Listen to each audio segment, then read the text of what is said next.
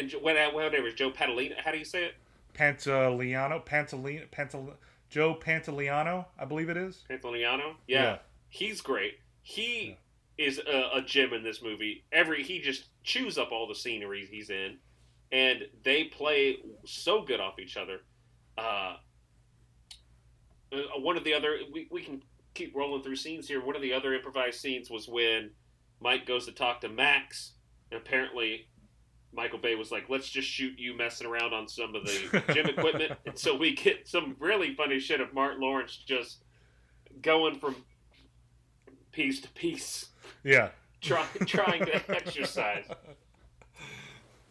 And I think we talked, like, that's something that you when you first texted me about, like, oh, how did it hold up for you, and what did you think of it again? And it's just like I said, it's just nonstop. And I think that in its own right is a great scene, but I think that is the slowest scene in the whole movie. I think it's just like the most like calmed down scene besides Max's death when they're investigating it, and that's it. We just needed to give Will Smith something to care about, to drive him even deeper into this.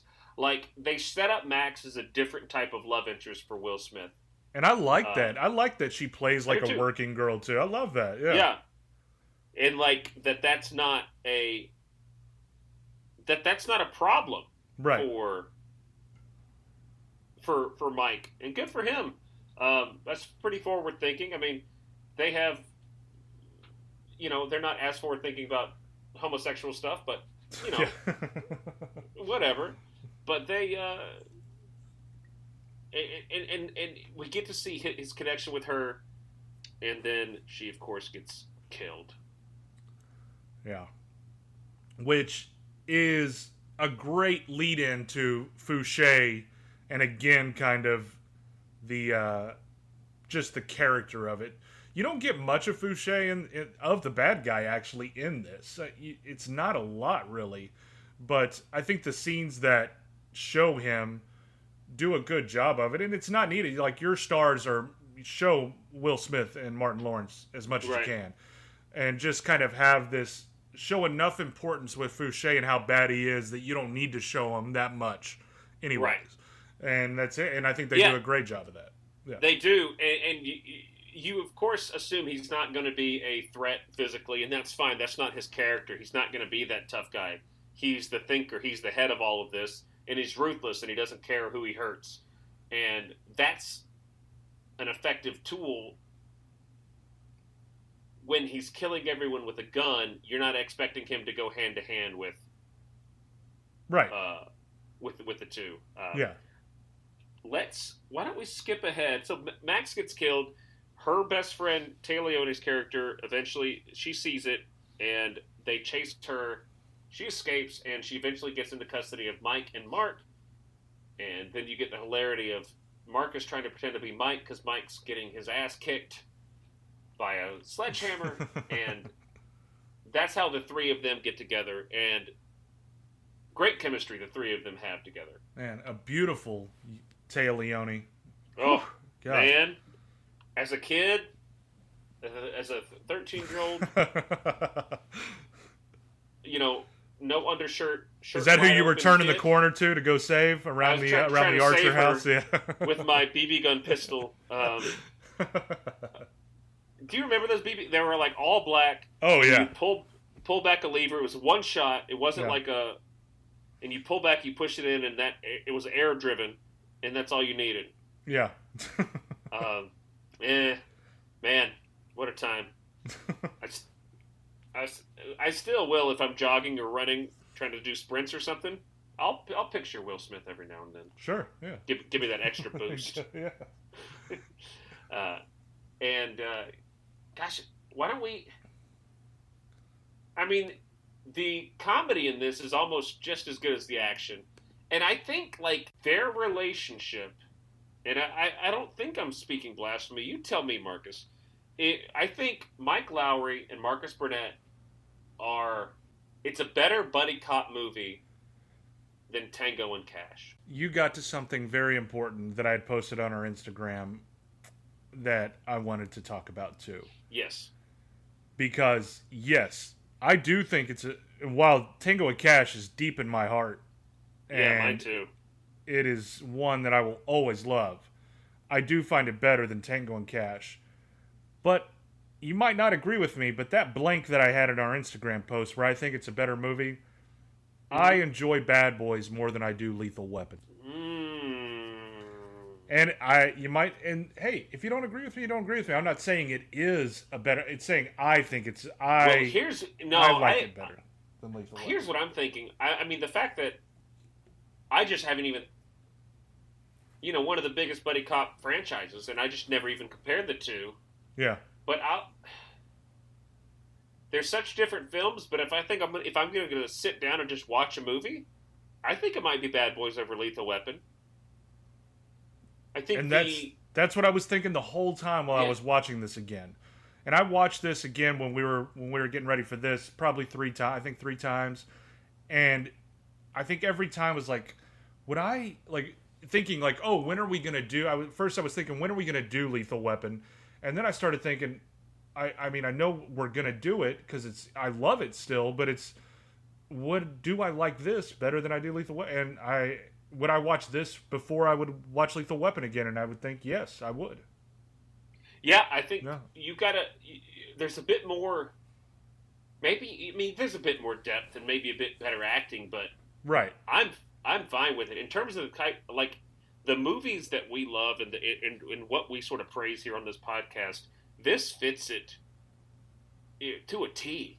It does, and like you said, there's deeper meaning in Lethal Weapon. There's harder struggles going on than what we got in Bad Boys, and there is like a more grown up too. You have older rigs and everything too, and you have these older guys who are going at it with each other, and it's a different movie, but it's still a buddy cop movie.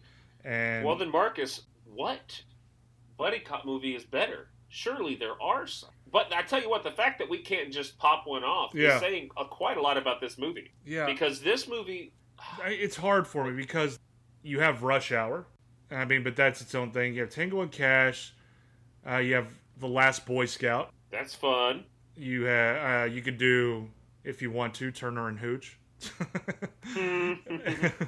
Those are like some of the bigger ones that are coming to mind that I can think of. I mean, other stuff that I'm thinking, you're going into like comedy, like Hot Fuzz or The Nice Guys or stuff like that. You have The Rock, I guess, could be. It's not a buddy cop, but it's close to it. You do have Super Cop. Interesting. I didn't even categorize it as a buddy cop, but I guess you're right.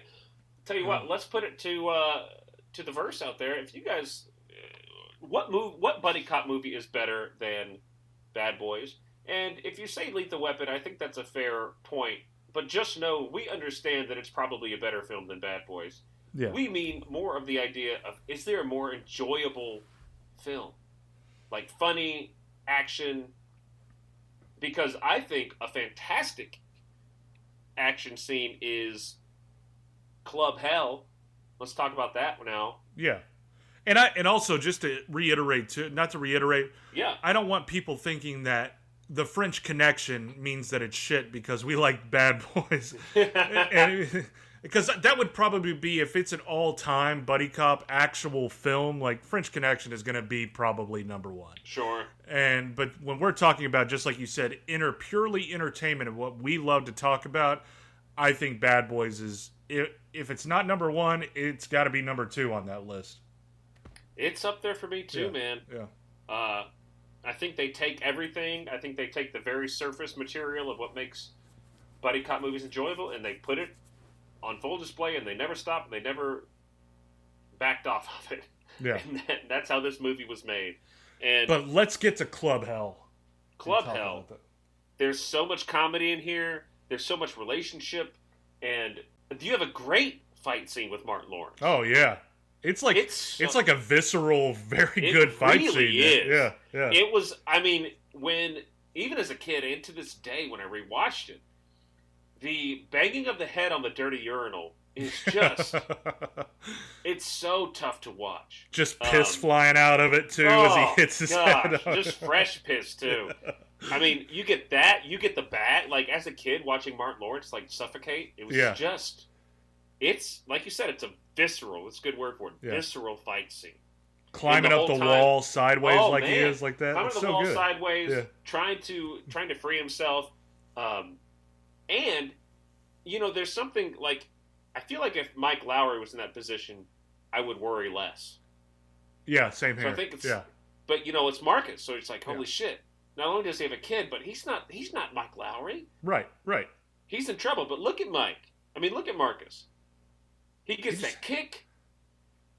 Rips off the paper towel holder, just whacks him. Yeah, good stuff, man. It's such a and the whole time there's a great funny scene where Martin Lawrence is pressed up against the fish tank, which is the back bar basically, and he can see Will Smith just being basically just flirting with a stripper. I think. It's whatever it is at Club Hell. Yeah, it's a wonderful fight scene, and when he comes out, he goes, "Well, now who's done tore off and whooped your ass?" Not now. Not now. And of course, Julie takes it upon herself because they know the guy's there, and so Julie sneaks in and sees him in his little penthouse and shoots at him, and all hell breaks loose. Yeah. And there's a fun car chase. Apparently, Michael Bay wanted this car chase to be much bigger. Right. But they didn't give him the money for it. Yeah, it's one of the like that and the airplane forgot your boarding pass kind of blow up scene. That's what he really wanted to make better. What he really wish he could have made better.